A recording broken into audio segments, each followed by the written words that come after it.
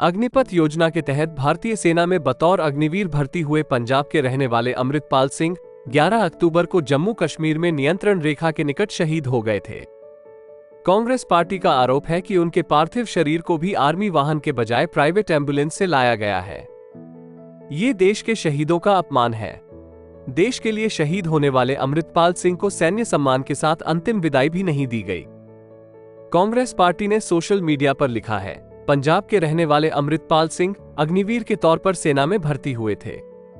वे कश्मीर में तैनात थे और इसी सप्ताह गोली लगने से अमृतपाल सिंह शहीद हो गए।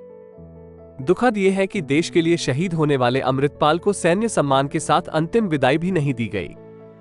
उनका पार्थिव शरीर एक आर्मी हवलदार और 2 जवान लेकर आए। इसके अलावा आर्मी की कोई यूनिट तक नहीं आई।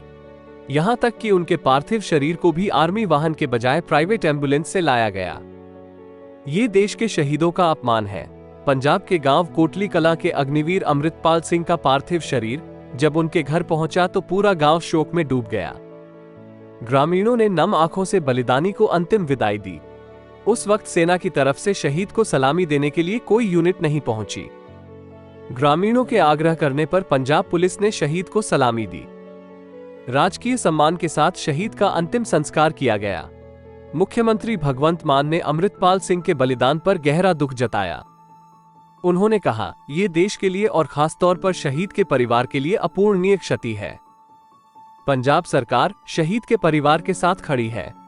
राज्य सरकार की नीति के मुताबिक पीड़ित परिवार को वित्तीय सहायता दी जाएगी। शहीद अमृतपाल सिंह के चाचा सुखजीत सिंह और इंद्रजीत सिंह का कहना था कि यह परिवार बहुत गरीबी से गुजरा है।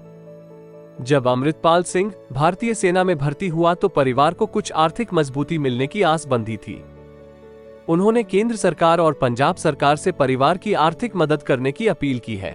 सेना की तरफ से जारी विज्ञप्ति में कहा गया है कि एक दुर्भाग्यपूर्ण घटना में अग्निवीर अमृतपाल सिंह की ड्यूटी के दौरान खुद को लगी बंदूक की गोली से चोट लगने के चलते मौत हो गई।